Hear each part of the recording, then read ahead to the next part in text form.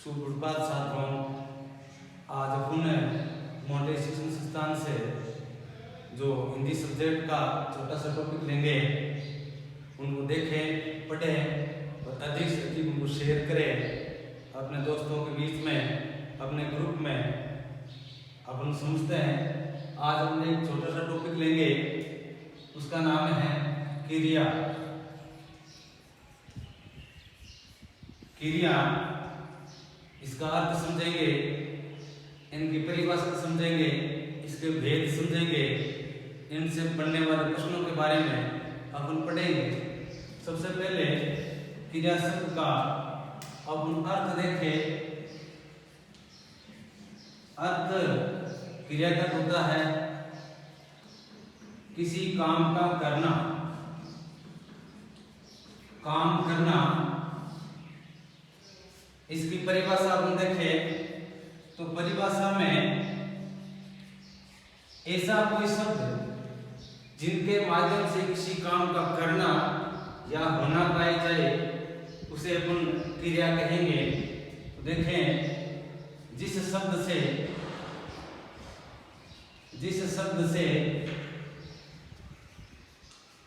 किसी काम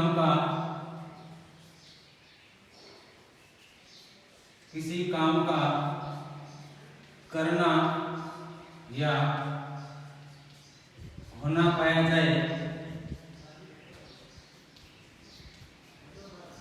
उसे क्रिया कहते हैं। अपन व्यवहारिक जीवन में जो भी अपन काम करते हैं, जैसे उठते हैं, बैठते हैं, चलते हैं, फिरते हैं, अपना जो भी रोजमर्रा का कार्य करते हैं वो कार्य पूरा क्रिया ही कहलाता है। अपन हाथ से, पैरों से अपनी कोई भी किसी प्रकार से कोई काम करते हैं तो वो क्रिया ही होती है। अपन अब पढ़ते हैं कि क्रिया के भेद। तो मुख्य रूप से हिंदी भाषा में क्रिया के 3 भेद बताए गए हैं। कितने भेद बताए गए हैं? 3 भेद बताए गए हैं। तो इन तीनों भेदों को अपन अलग अलग भागों में विभाजित करते हैं। नंबर 1, कर्म के आधार पर क्रिया। कर्म के आधार पर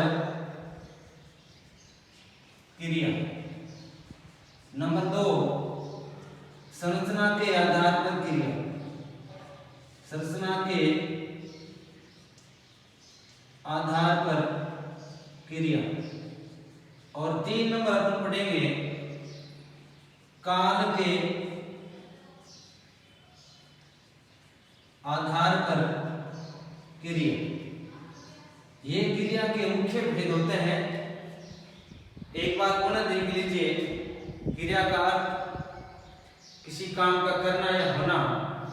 परिभाषा देखें, जिस शब्द से किसी काम का करना या होना पाया जाए उसे क्रिया कहते हैं। क्रिया के भेद मुख्य रूप से 3 भेद बताए हैं। नंबर 1, क्रम के आधार पर क्रिया। नंबर 2, संरचना के आधार पर क्रिया।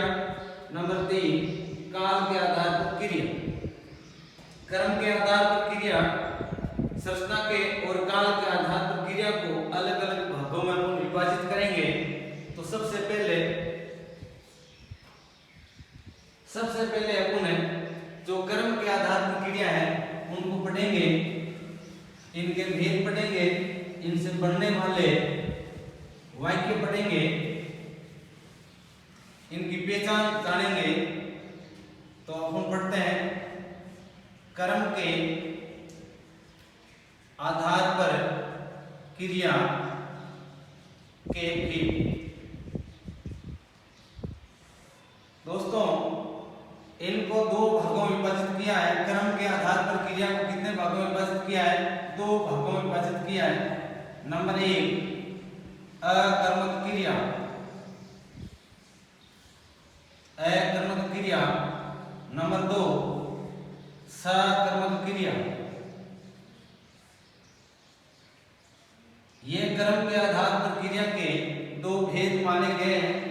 इसी प्रकार संरचना के आधार पर क्रिया को अलग अलग भागों में बांटेंगे और काल के आधार पर क्रिया को अलग अलग भागों में बांटेंगे। सबसे पहले अपन पढ़ते हैं कि क्रम के आधार पर क्रिया के दो भेद बताइए, क्रमक और सक्रमक। इसकी पहचान, इनसे बनने वाले वाक्य और इनकी परिभाषा अपन पढ़ेंगे। तो ए क्रमक का मतलब होता है, जैसे देखो ए क्रम, ए क्रम यानी नए क्रम, नए क्रम। जिस वाक्य में क्रम निश्चित न हो, जिस वाक्य में कोई काम निश्चित न हो, तो उसको ए क्रम। सीधी सी ट्रिक है कि ए क्रमक, ए क्रम और ए का अपन संस्कृत में इसका समास प्रयोग करते हैं। तो नए क्रम जिसमें कर्म नहीं हो उसको अपन ए क्रम क्रिया बोलेंगे। तो इसकी परिभाषा अपन देखें, परिभाषा पढ़े तो जिस वाक्य में, सीधी सी परिभाषा है, जिस वाक्य में क्रिया का प्रभाव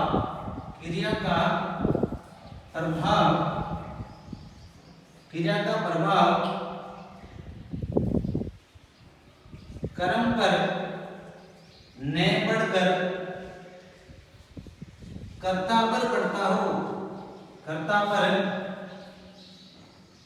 पढ़ता हो, तो उसे अपन ए क्रमिक क्रिया कहेंगे। उसे क्या बोलेंगे? ए क्रमिक क्रिया कहते हैं। ये ए क्रमिक क्रिया की परिभाषा हुई। देखो, ए क्रमिक क्रिया जिस वाक्य में क्रिया का प्रभाव कर्म पर न पढ़ करके कर्ता पर पढ़ता हो उसे अपन ए क्रमिक क्रिया कहेंगे। अपन इसके वाक्य देखेंगे या फिर इसकी परिभाषा में अपन को पता चला कि क्रिया का प्रभाव कर्म पर न पढ़ करके कर्ता पर पड़े। ये बात निश्चित है। कोई भी वाक्य हो उसमें अपन एक कर्म रहेगा, एक कर्ता रहेगा और एक क्रिया रहेगी। परंतु एक कर्म क्रिया के जितने भी वाक्य होते हैं उसमें कर्म निहित नहीं रहता है। और वाक्य में सीधी सी बात है, जैसे राम दौड़ता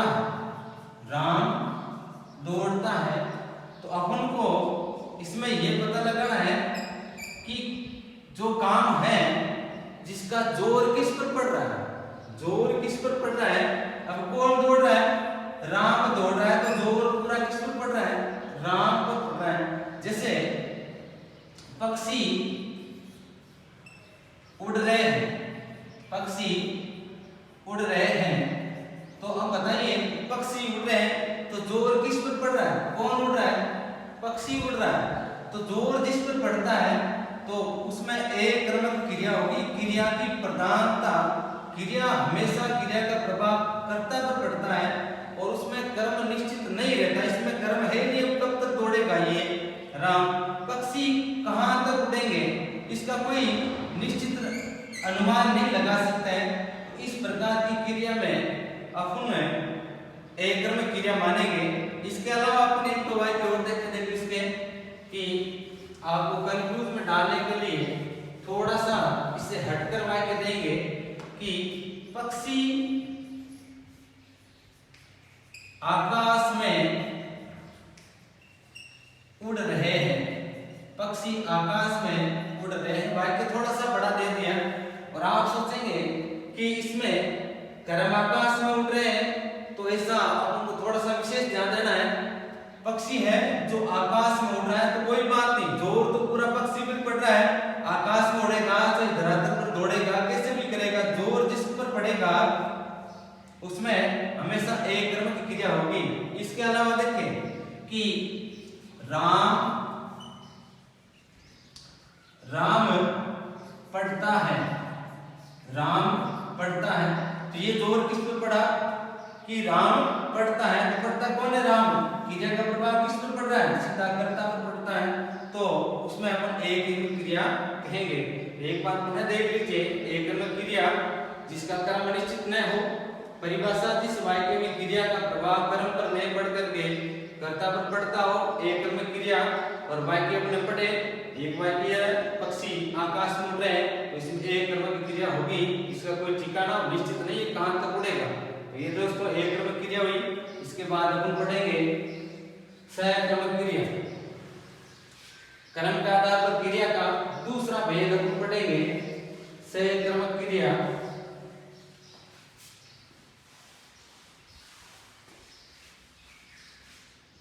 सहकर्म क्रिया,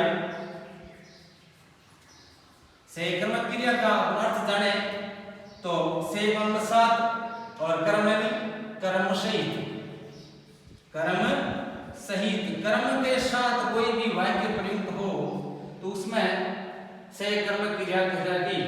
कर्म के साथ कोई वाक्य प्रयुक्त हो तो सहकर्म क्रिया कहलाती है। परिभाषा देखें, परिभाषा अपन पढ़े तो देखें परिभाषा, जिस वाक्य में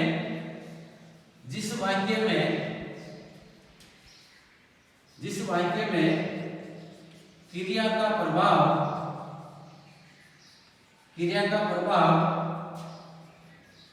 कर्ता पर ने पढ़कर क्रिया पर पड़ता हो,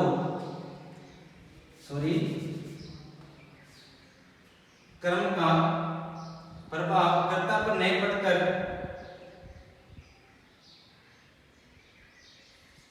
कर्म पर पड़ता हो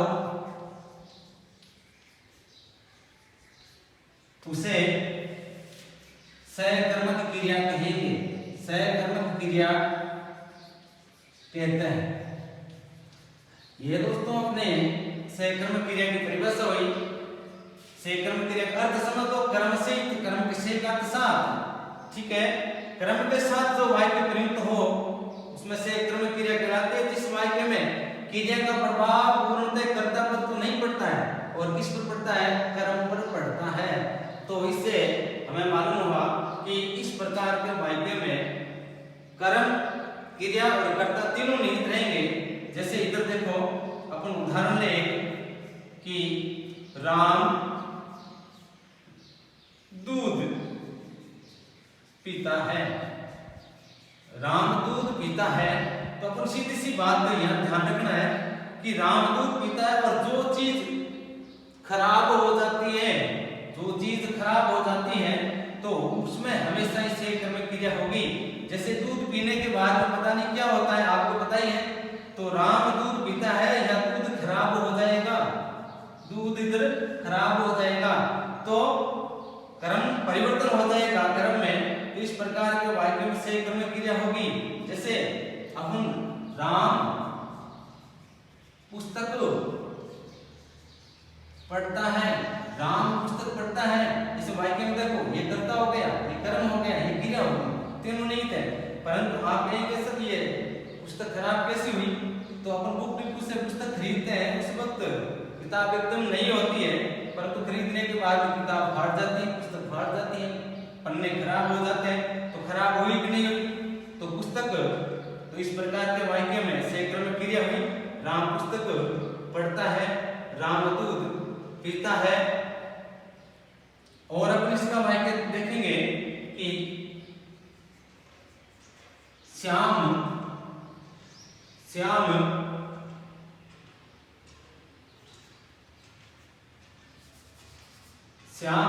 पलंग पर सोता है। तो इस प्रकार के वाक्य में इसका जो कर्म है किस पर सो रहा है, पलंग पर सो रहा है। तो इस प्रकार के वाक्य हम अपन पढ़ेंगे तो क्रिया सहकर्म की क्रिया ही होगी।